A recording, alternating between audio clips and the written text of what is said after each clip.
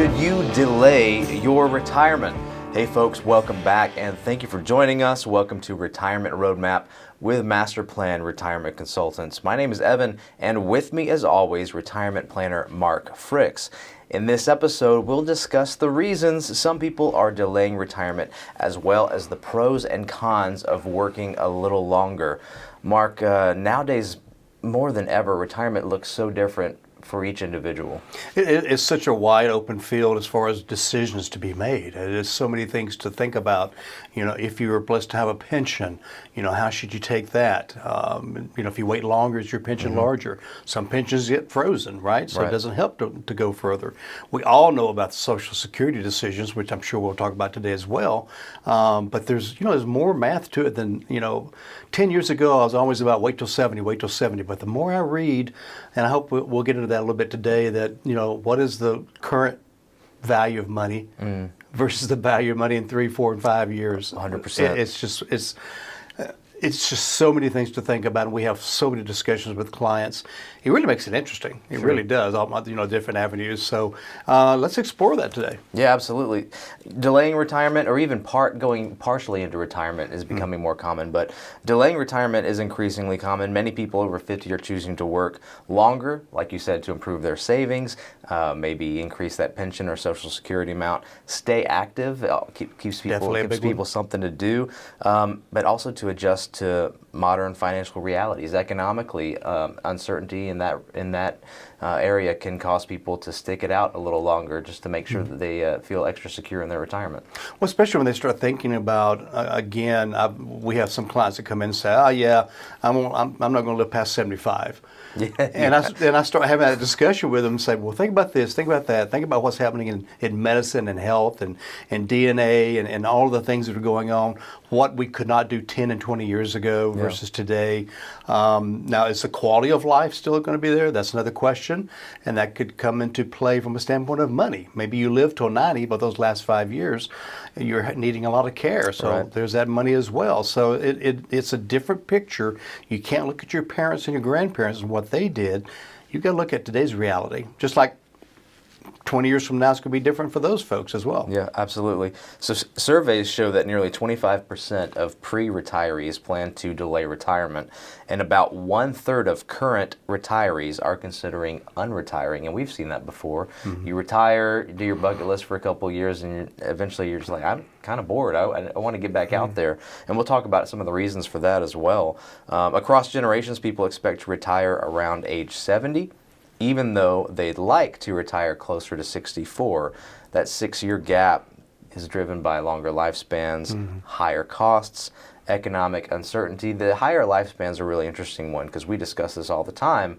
People are living longer. We've discussed Social Security, taking it too early, and then, you living 30 years, you kind of locked in that lower amount for a really long time. My grandfather, your father, he took his early retirement and Social Security, and they're still puttering around in their 90s. He's 93, 94 years old with that lower Social Security amount, right? Yeah. So he was really burned out. There's a lot of reasons that went into that, and he didn't have a retirement consultant, right? 100%. 30-something years ago, that was something a little bit less obvious need. But again, how long we're going to live, we don't know. We do examine our clients' family history, their mom and dad, siblings, things like that, to get an idea, and also what kind of health they're in, and how do they take care of themselves. But that is a biggie that we don't know. But also, Evan, if you have a married couple, what's the chances of one of them living much longer? Right. Pretty good chance. So do you want to make sure that loved one that you might leave behind is taken care of as well, if they live to be 90 or 95? So it's a very interesting topic. Probably could spend a whole show on that. Yeah, and motivations vary among individuals as well. About 33% delay retirement to maintain purpose. We'll talk a little bit about that. We've had a recent episode discussing purpose in retirement, how crucial it is. 42% enjoy the challenge of work. And we know plenty of people who just like to work. They have no reason to leave.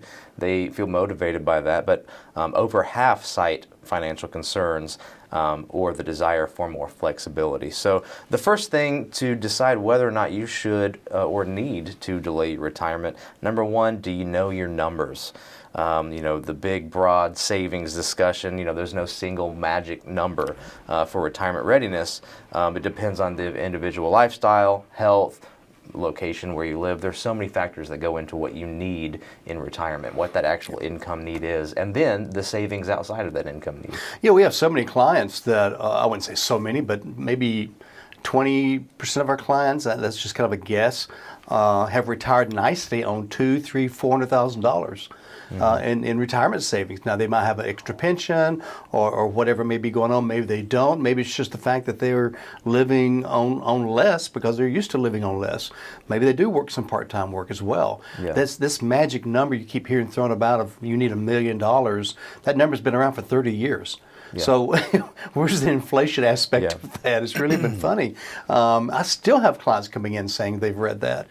And so I don't know if it's the same article that's been out there the whole time or what, but it's so silly to say that. And we've talked about this before, I know, but it's like, somebody coming up to me and saying, everybody should be on high blood pressure medicine. Yeah.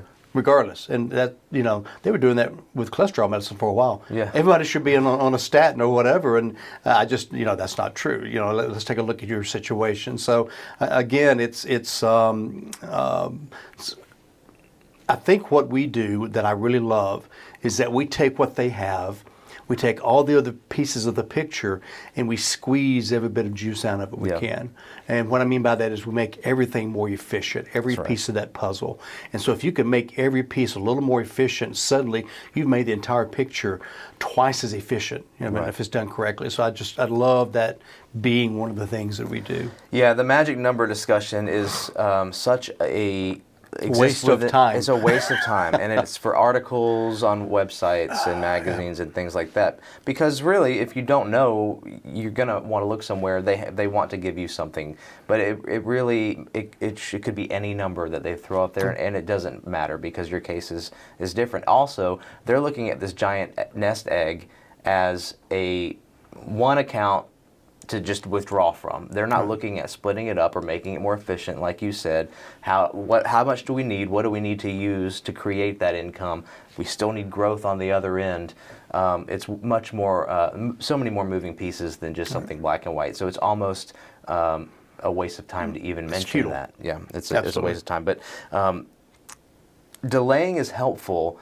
Once you have your numbers, and we do this for folks, we'll run reports complimentary, how your income looks in retirement, do some preliminary 10,000-foot view projections, and then stress test those. We've talked about that before in our initial consultations. We'll do that for you, but it is shocking what a big difference, even 1 year of delaying retirement, if you're in a position where you need to, how much more savings that you can build up. And not only savings, if you're able to maximize your savings, but also you're reducing your retirement length by a year. So there's less need in the long run. Also, you're potentially increasing your Social Security depending on your age. That's going to increase your income, which is going to reduce your need from your retirement accounts and savings. There's so many moving pieces. We're just going to end this episode now and just say, schedule a complimentary consultation with us. And I'm just kidding. You should do that. But working an extra year, what Social Security benefits another 8% per year delayed beyond retirement age. A lot of people have that discussion too. Should I turn on Social Security and save that, or get the guaranteed 8%? And we have that discussion a lot. And again, there's really no tried and true answer. Used to the answer was, yes, you get a guaranteed 8% increase every year you wait after full retirement age. So that's a guaranteed return. Yeah. But again, what is the value of money a year later, and 2 years later, and 3 years later? And if you truly don't need that money, now you are being taxed on it, so that's the negative part. But the positive part is if you don't need that money and can save it, that's going to compound interest. So that's another whole slant on that money. So again, for a while, you and I are preaching a good bit. If you can wait till 70, wait till 70. But we've kind of become more flexible on that. And it's also how the client feels. Right. Sometimes they're like, I just don't want to take money out of my savings for 3 years to delay Social Security. I want to take it now. And I'm like, well, then you should. Yeah. If you want to take it now, take it now. It's not should I have open heart surgery or not? A tried and true, and we've seen the test because every life is different. And then it also comes into play too, and we may get into this later as well, is the timing of the market. Right. Of when you retire. So that's certainly put people off in 2008 and 2009. There are a lot of people who decided to put off retiring. Big time. So if you're a year away and suddenly, your 401k or thrift savings plan has dropped 20, 30, 40%, that's a pretty good chance you're going to rethink the timing on this. 100%. And so that's something else that can come into play. So that could be a last minute extension, right? You could be 6 months from retiring and all of a sudden you're like, they just threw your retirement party, you walk out the door and you look at the market and go, here's the gifts back. I'm going to wait a while on this. So it is such a complex situation, but yet because of our methods and the different, we use very simple diagrams. We use very simple spreadsheets that really illustrate this is the effects of these decisions. And so we make that decision easier for our clients. So it may sound confusing coming across the airwaves, coming through your podcast, but in reality, we can narrow that down to look at the main points so that it doesn't look like a big field full of weeds. We can actually drill down and see the answers and the crop that we're trying to harvest in retirement. I'm not sure if that illustration makes any sense at all, but it sounded really good coming out. No, it works, yeah. But it's such a complex situation. Yeah, so definitely need your income plan. Some other areas to consider, what does your debt look like? Are you debt-free? Ideally, have your significant debts paid off. Mortgages could be case by case, especially if you have a good rate. But again, all of these are case-by-case basis, and none of them exist within a vacuum. Are your retirement assets positioned appropriately? Because when you're in your 30s, 40s, and even early 50s, depending on when you want to retire, how your assets are positioned are going to be very different than once you actually retire. You've got a whole different phase. You're moving from accumulation to decumulation, yet you still need some of that growth. So you want to make sure you are not just willy-nilly holding on to the same mutual funds in your 401k you've had forever. You need to make sure that you're much more intentional about those assets. Yeah, we used to use an illustration. It was a mountain, and the climb up the mountain was climbing to the retirement flag. And basically the decisions you make on the climb up are relatively simple. Open a 401k, contribute as much as you can. Should you need some short-term and long-term disability insurance and some life insurance, that's most of it. Yeah. Okay. But you reach that retirement flag and the trip down, just like when you look at mountain climbing, most accidents occur on the way down. Yeah. And so you're coming down, and you've got I can sit here and just take up a lot of airtime and name 12 to 15 things that need to be decided upon at retirement and beyond. Yeah. And so it's just. Like you said, it's different looking accounts, different looking purposes. It's not, again, we've said this before, it's not the size of the retirement nest egg, it's how much income can be produced from it. Yeah. And is it easily accessible? Sometimes people don't realize their assets might be more locked up than they realize. Maybe they have surrender charges, things like that. Maybe they're under 59 and a half. If they're trying to retire early, you've got to consider that. How are you going to get to your retirement assets when you need them? There's so many different things. And so many things that many people don't discover until they've made the mistake. Right. And then and most of the time it's not reversible. And so that's why, again, and sometimes I wonder why we don't have a line going out the door of people wanting to advise, whether it be just a couple of meetings to get steerage in the right direction, or whether it be an entire plan laid out. Sure. The peace of mind, and that's what, as you know, every client, when they're about probably the third or fourth meeting, they say, that's what you guys have given us, is all this other stuff kind of comes together to give us peace of mind in retirement. That's right. And we don't have to worry, these decisions have already been made. If my spouse passes away, we have a plan. If the market crashes, we have a plan because we got protected accounts. If whatever happens, we've got a plan for it, so we don't get surprised. Yeah. It's kind of a military way of looking at it. In the military, they always have another plan if this one fails, and then they have 3 more behind that. And it's kind of the same thing, and I learned that very early when we started this firm, even before that. But within the first couple of years, we had our first client pass away, and the spouse calls me and says, I'll use a made-up name, Don passed away last night, I don't know what to do. And I said, financially, don't do anything. I said, you go grieve, you take care of family, you take care of yourself. We'll meet in a few weeks, but we've already got a plan. It's just a matter of getting together and changing that course. It's there. And I think that just brought a wave of relief to her in the fact that, because he'd passed away unexpectedly. Yeah. And so that taught me a very early lesson on being prepared for whatever could happen. Absolutely. I do all of that to say, we can't give that magic number of what you individually need for retirement, but that is pretty much the beginning of every meeting we do, whether with a client or prospect, when they get on the roll with us. Those are those complimentary consultations, folks. You can go to our website, masterplanretire.com. There's a button that goes directly to our calendar. You find a time that works best for you. Masterplanretire.com. We'll actually look at your numbers, your real numbers, your actual unique circumstance, and say, okay, what happens when we retire at this point or this point? Let's stress test that, see our strengths and weaknesses, and that's all complimentary. Masterplanretire.com, or give us a call at the office, 770-980-9262.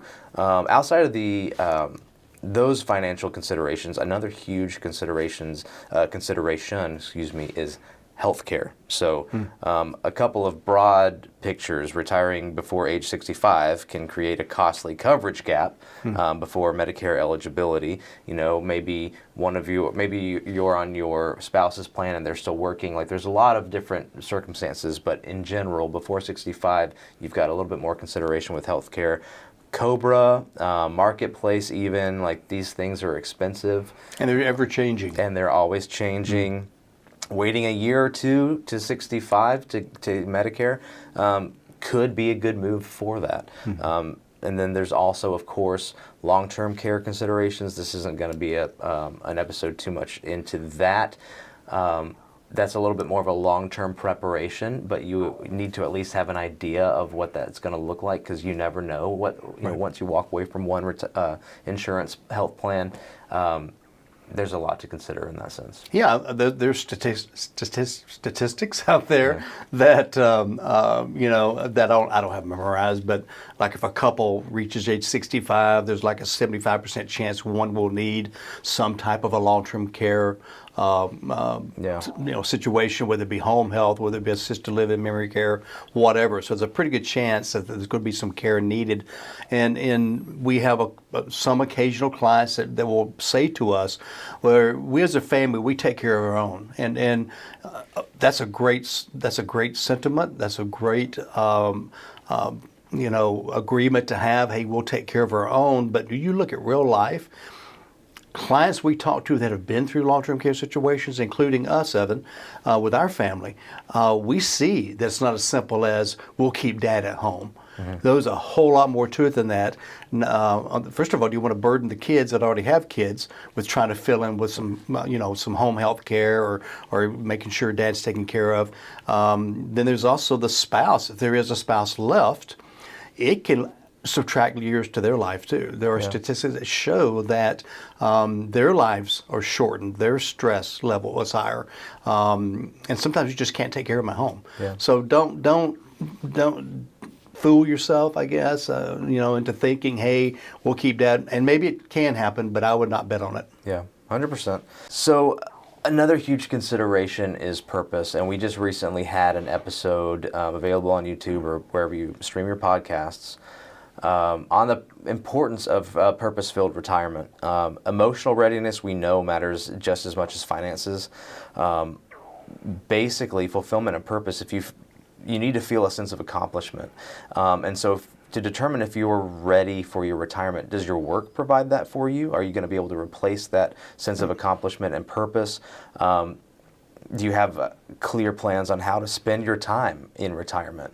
From hobbies to travel, to volunteering. It's really important that when you're leaving one phase that you're not just all of a sudden isolating yourself. How's your job satisfaction right now? I mean, does work feel draining?